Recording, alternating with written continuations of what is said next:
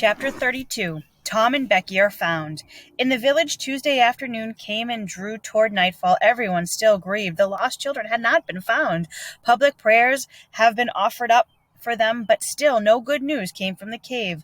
Most of the searchers had given up. Mrs. Thatcher was very ill. She called Becky's name all the time, and Aunt Polly was most sad. Her gray hair had grown almost white. The whole village went to rest that Tuesday night, unhappy.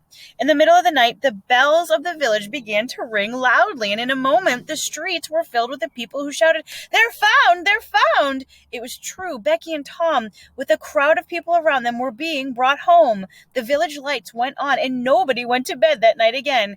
Everyone went to Judge Thatcher's house, where the children had been taken to see the saved ones. Aunt Polly's happiness was complete, and Mrs. Thatcher's nearly so.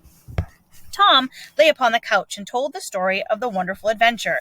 He finished by telling that he left Becky and gone exploring by following the kite string as far as he could. He tried 3 times in 3 directions and was about to turn back the last time when he noticed a far-off spot that looked like daylight. He dropped the line and crawled toward the spot and pushed his head and shoulders through a small hole and saw the broad river rolling by.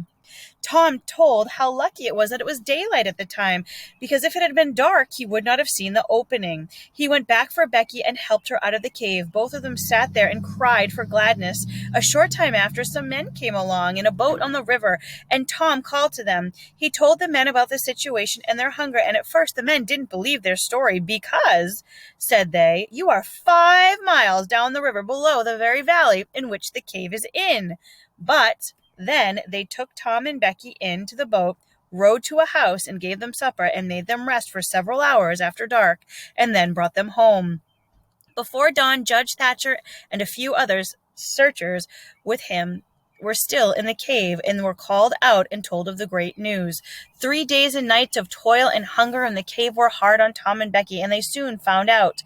They were in bed for 2 days. Tom was up the next day and downtown the day after that, nearly a whole as ever, but Becky didn't leave her room for 3 days. Tom learned that Huck was sick and went to see him, but Huck was too weak to talk. Tom came to visit Huck every day after that, but the widow Douglas told him not to excite Huck. She stayed with him to see that Tom obeyed. At home, Tom learned that the widow had been saved from harm, and that the other men with Injun Joe had been found in the river drowned. So he killed his partner, Injun Joe did. About 2 weeks later, Huck was strong enough again, and Tom started out to visit him and tell him about the cave and the rescue. On the way, Tom passed Judge Thatcher's house.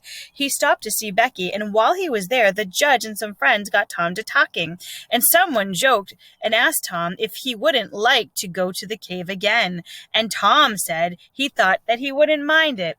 Then the judge, said, "Well, Tom, there's others just like you.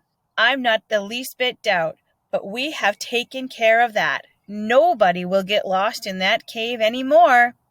"Why?" Tom wanted to know. "Because I had a big iron door put over the opening 2 weeks ago, and the door is triple locked, and I've got the only key." Tom turned white as a sheet. "What's the matter, boy? Here, run, somebody, get him a glass of water." The water was brought and thrown in Tom's face. "Ah, now you're all right. What's the matter with you, Tom?" "Oh, Judge, Injun Joe is in the cave."